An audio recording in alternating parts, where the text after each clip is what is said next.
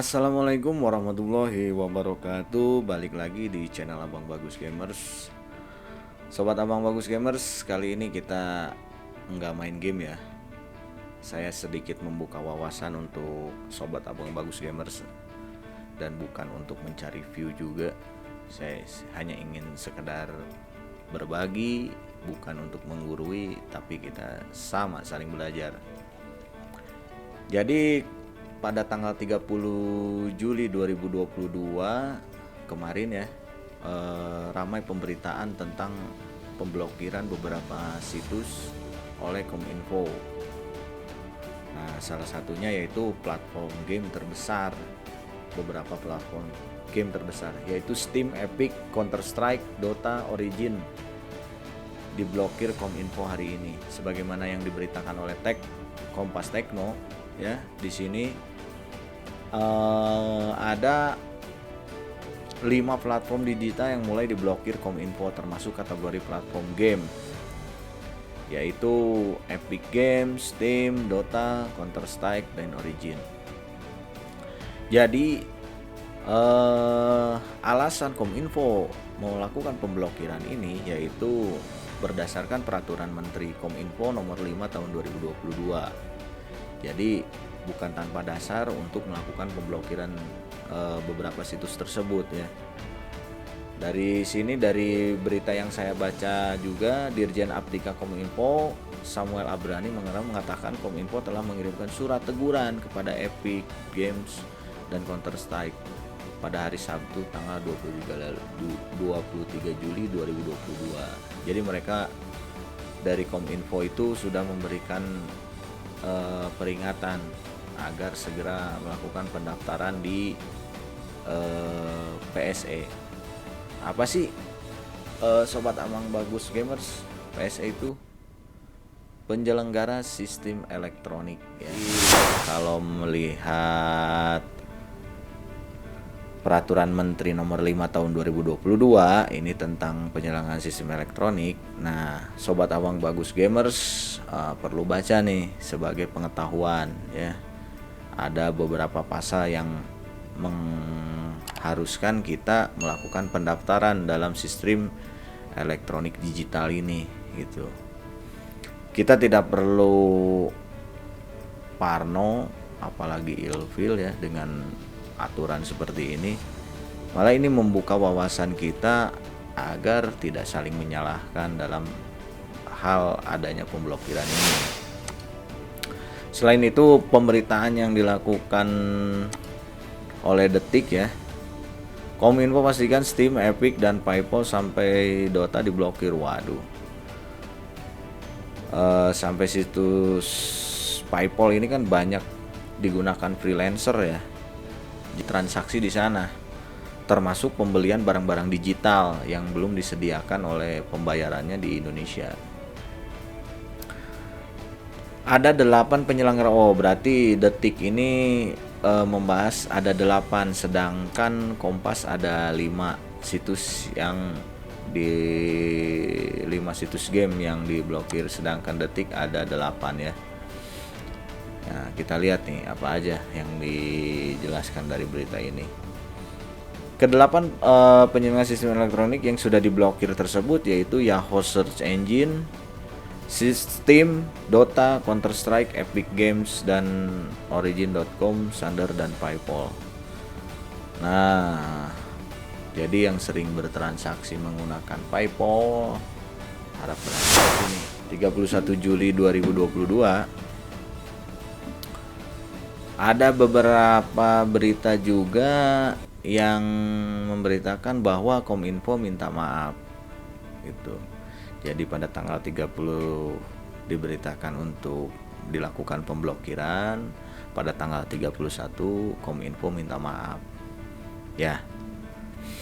Jadi Dirjen Aptika sendiri dari Kominfo Samuel Abrani Pangerapan dalam konferensi pers ya. Jadi mereka sudah melakukan konferensi pers bahwa pihak Kominfo ini sudah melakukan komunikasi ya dengan beberapa platform game terbesar tersebut. Jadi meminta maaf gitu. Bahkan Dirjen Aptikanya sendiri sering bermain Steam gitu. Sebagaimana yang diberitakan oleh Detik ya, detik.com.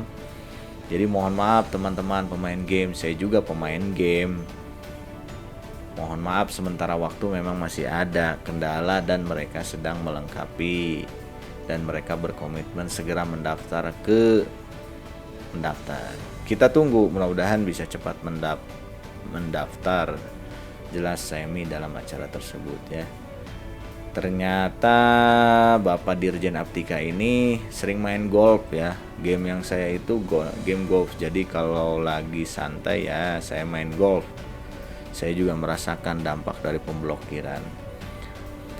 Jadi bukan tanpa dasar Kominfo melakukan pemblokiran tersebut ya.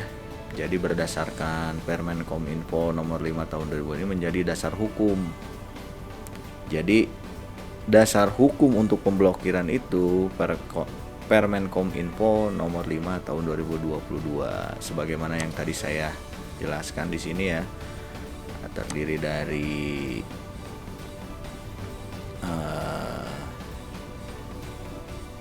48 pasal ya. Tadi saya sedikit baca-baca juga. Jadi jangan sampai salah paham apa sih PSE itu? Apa sih? Nah, PSE itu penyelenggara sistem elektronik ya. Jadi sobat Abang Bagus Gamers gitu. Ada beberapa pasal di sini yang menjelaskan tentang bagaimana mekanisme pendaftaran, bagaimana ingin apabila perusahaannya ingin mendaftar, bagaimana ketentuan dan dokumen apa saja yang harus disiapkan, terus kewajiban kita apa, pendaftaran ESP itu apa, itu bagaimana pengajuan permohonannya itu dijelaskan seperti itu. Nah, contoh kita bahas pasal 3 ya dari Permen Kominfo nomor 5 tahun 2022. Pendaftaran PSE ya, pengajuan permohonan pendaftaran PSE lingkup privat sebagaimana pada ayat 1. Nah, ayat 1-nya ini menjelaskan pendaftaran PSE lingkup privat yang dimaksud dalam pasal 2 ya. Jadi, pendaftarannya itu memberikan informasi yang benar mengenai gambaran umum pengoperasian sistem elektronik ya. Kewajiban memastikan keamanan. Jadi si web maupun aplikasinya itu menjamin keamanan usernya itu karena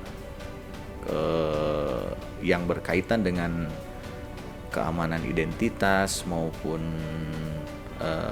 itu tergantung pada situs webnya sendiri gitu. Kewajiban melakukan perlindungan data. Nah, kewajiban perlindungan data ini yang sensitif. Kewajiban untuk melakukan uji kelayakan sistem elektronik sesuai dengan ketentuan peraturan perundang-undangan. Nah, jadi kewajiban untuk melakukan uji kelayakan ini mereka sudah mempunyai SOP ya, standar operasional prosedur. Dari informasi mengenai gambaran umum pengoperasian sistem elektronik sebagaimana dimaksud pada ayat 3 ya, huruf A, yaitu jadi gambaran umum pengoperasional sistem elektronik ini apa sih? Nama sistem elektroniknya apa? Sektor URL-nya apa? Nah, ini bermanfaat juga nih untuk sobat Abang Bagus Gamers nih. Apa sih URL? Oh, ini linknya ini. Nah, URL itu Uniform Resource Locate ya. Nah, jadi sebagai penambah wawasan. Ada beberapa pasal juga yang menjelaskan tentang bagaimana kewajiban PSE juga. Nah, pada tanggal 31 juga ya. Jadi ada berita juga dari CNBC Indonesia memberitakan bahwa ada kabar baik nih untuk Steam, Dota dan CS. Jadi intinya mereka sedang proses, mudah-mudahan dalam waktu dekat mereka bisa melengkapi sehingga masyarakat pengguna game bisa memainkan kembali ya. Jadi menurut keterangan dari Dirjen Aptika Kementerian Kominfo ya, Samuel Abrani Pangerapan, seperti itu. Nah, kalau kita baca di sini dari Twitter, ini beberapa sampai dengan trending ya, trending nomor 2. Itu nomor 1 jangan dibaca ya. Itu 18 tahun plus. Nah, ini kita baca ya. Dari beberapa berita di sini memang ada yang mungkin ada yang setuju, ada juga yang tidak setuju. Ada juga dari LBH Jakarta yang memfasilitasi konten kreator digital yang dirugikan akibat Permen Kominfo nomor 5 tahun untuk mengadukan kerugian-kerugian yang termasuk represi kebebasan di ranah digital ya. Di sini ada alamatnya juga. Jadi dari LBH Jakarta ini memfasilitasi beberapa orang yang terkena dampaknya ya. Itu. Nah, ini juga ada beberapa pemberitaan sampai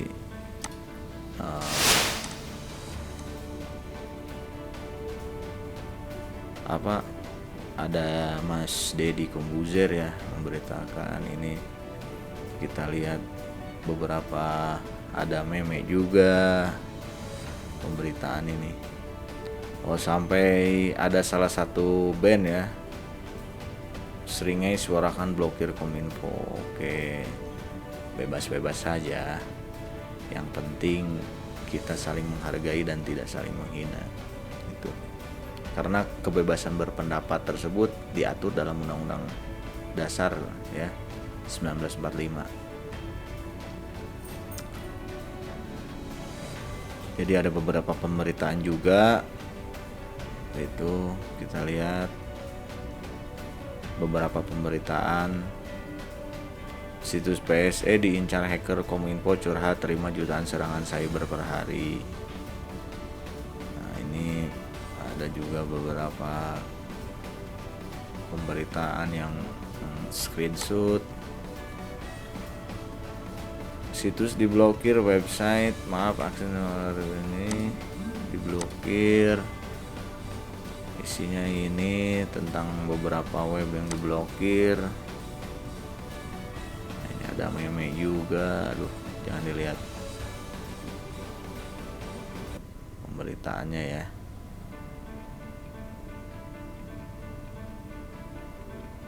Beberapa pemberitaan di Twitter sampai dengan trending nomor 2. Nah, jadi kalau kita kembali lagi melihat beberapa pemberitaan yang sudah kita baca tadi ya, Sobat Abang Bagus Gamer, sedikitnya membuka wawasan kita. Kalau saya secara pribadi yang mengelola channel Abang Bagus Gamers bersama anak-anak saya, dalam hal ini apapun kebijakan pemerintah akan saya hargai gitu. Karena tidak semata-mata kebijakan pemerintah itu dilakukan penelitian. Pasti semua kebijakan tersebut ada dampak baik dan buruknya gitu. Sebagai warga negara yang baik gitu, kita harus hargai apapun kebijakannya, kita harus ikuti. Karena negara ini negara hukum. Semua tindak tanduk baik perilaku kita di dunia digital semua terekam gitu. Jadi kenapa Permen Kominfo nomor 5 tahun 2022 diterbitkan? Ya itu untuk salah satunya melindungi negara kita gitu. Kalau kita berpandangan berpikir positif, mungkin itu akan menjadi hal yang positif juga bagi tubuh kita. Tapi kalau itu kita memandang negatif, itu akan menjadi salah satu pikiran negatif juga di sikap kita. Jadi kita amati, kita tunggu informasinya selanjutnya. Mudah-mudahan tidak merugikan dampak bagi para gamer, khususnya freelancer di tanah air Indonesia yang kita cintai ini. Oke, terima kasih sudah menyimak berita games ya. Jadi tentang kabar berita Steam diblokir. Terima kasih sudah menonton channel Abang Bagus Gamers ini.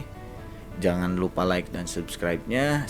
Jika berita ini bermanfaat, beritahukan kepada rekan, teman maupun saudara. Jika berita ini tidak bermanfaat, silahkan beritahu kami. Tulis di komentar. Baik buruknya akan saya terima. Semoga bermanfaat. Wabillahi taufik wal hidayah. Wassalamualaikum warahmatullahi wabarakatuh.